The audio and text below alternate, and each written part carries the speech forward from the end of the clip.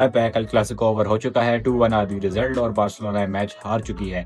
Flirting to deceive match के results को मैं कहूँगा ये रिजल्ट्स और बेहतर हो सकते थे। मतलब मैड्रिड इजीली 3-1 या 4-1 के लिए जा सकती थी, जिस तरह के वो चांसेस निकाल रही थी। बार्सा की तरफ से बहुत बुरा परफॉर्मेंस था। शेज़्नी ने सेव किया है, शेज़्नी को अपना बेस्ट देना पड़ा है आज। 9 सेव्स किए शेज़्नी ने, जिसमें से 2 तो क्लियर गोल थे, एक पेनल्टी थी और एक दूसरा जो उसने अच्छा सेव किया। वरना रिजल्ट्स काफ़ी चेंज हो सकते थे यहाँ पे। अच्छा और मज़ीद ह्यूमिलेट कर सकती थी बार्सा को रियल मैड्रिड। इधर अगर हम बात कर ले सबसे पहले रियल मैड्रिड की, तो बहुत अच्छा गेम खेला रियल मैड्रिड में और रियल मैड्रिड इस दफ़ा नज़र आ रहा है, उनके अंदर हंगर नज़र आ रही है।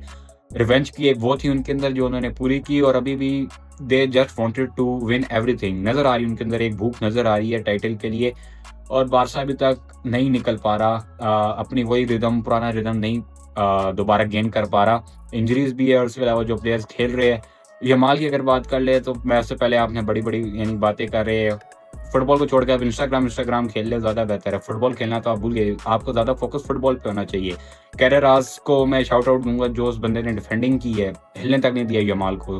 बहुत अच्छी डिफेंडिंग कर रहा था। उसके अलावा कैमाविंगा ने जो खेला है मिड पे, जावी अलोंसो को इस बात पे क्रेडिट जाना चाहिए जिस तरह उसने कैमाविंगा को यूज़ किया है।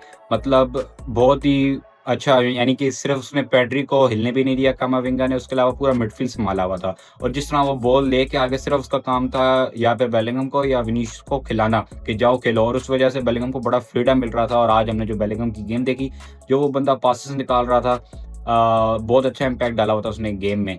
और इवन कि उसने बोला भी है कि जो उसने पास निकाला है एम्बाप्पे को, वो कह रहा था कि कोई मुश्किल नहीं था उसके लिए पास निकालना, बड़ी आसानी से वो पास निकल गया था।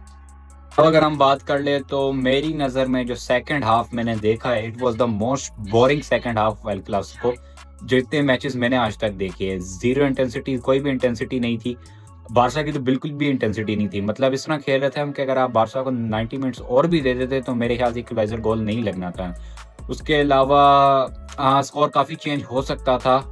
इवन के ड्रॉ हम कर सकते थे अगर फर्मिन उधर जो एक मौका आया, अगर वो पास दे देता रैशफोर्ड को या फेरान टोरेस को तो वो गोल हो सकता था वहाँ पर, लेकिन उसने खुद अटेम्प्ट की।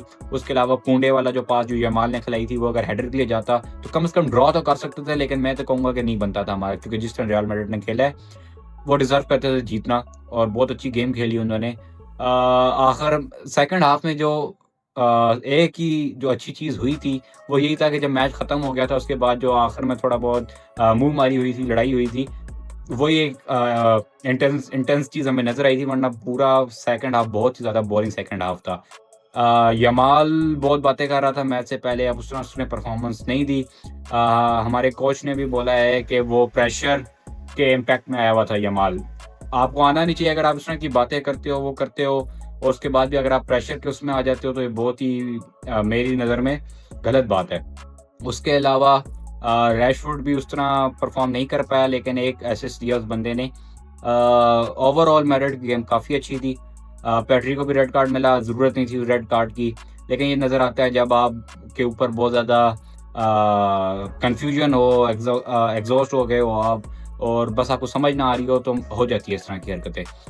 मेरी नज़र में तो बल्कि जब आप पेड्री को रेस्ट नहीं दे रहे थे पिछले मैचेस में, जो हमने बात भी की थी कि इसको चैंपियंस लीग वाले मैच में रेस्ट देना चाहिए, जो रेस्ट नहीं दिया तो पेड्री ने बोला बस मेरे पास यही चांस है रेस्ट लेने का कि किसी तरीके से रेड कार्ड ले लेता हूँ। उसके अलावा आखिर में जो यमाल और बाकी प्लेयर्स की बात हुई, वो भी उसको हम थोड़ा बहुत कर लेते हैं। शाओमिनी की यहाँ पे मुझे बहुत बड़ी अच्छी लगी। मतलब एक आप भी बोलो, लेकिन थोड़े उस तरह बोलो कि प्रोफेशनल वे में बोलो। मतलब शाओमिनी ने बोला कि मुझे यमाल के अल्फाजों से कोई मसला नहीं है, जो उसने अल्फाज बोले ये, बल्कि इस तरह की जो गेम्स होती है उसके अंदर हीट मूवमेंट लाने के लिए या उसको बूस्ट करने के लिए होते हैं।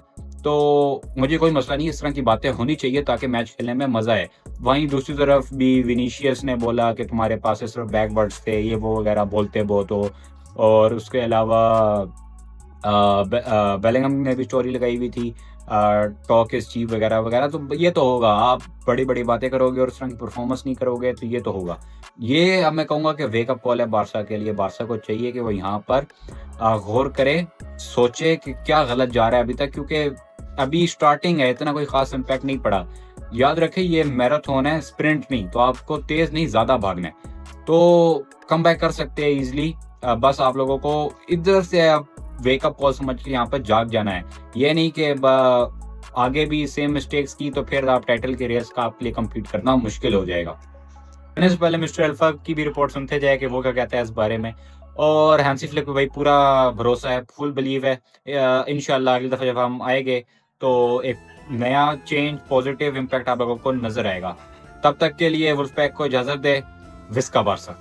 ओए ओए हमजा फिर रोना शुरू। इंटेंसिटी नहीं थी, एनर्जी नहीं थी, बस कर दे ब्रोस हम लाइक अ फिटनेस कोच। चलो फैक्ट्स पे बात करते हैं। Coming of was literally everywhere. Midfield का जेनेटर था वही, आर्ट अटैक पे, cleaning up and building play together. Yamar tried those FIFA street vibes, but Madrid defended better. Not today. But Pedri red card. Emotional damage. Madrid looked organized, and Barca looked like they have lost their Wi-Fi signal and they're searching for it. But Wolfpack, remember one thing. Every loss is a lesson. Let's see. Flexman next match में fight लेते हैं या नहीं. And this is all from the Wolfpack. Keep supporting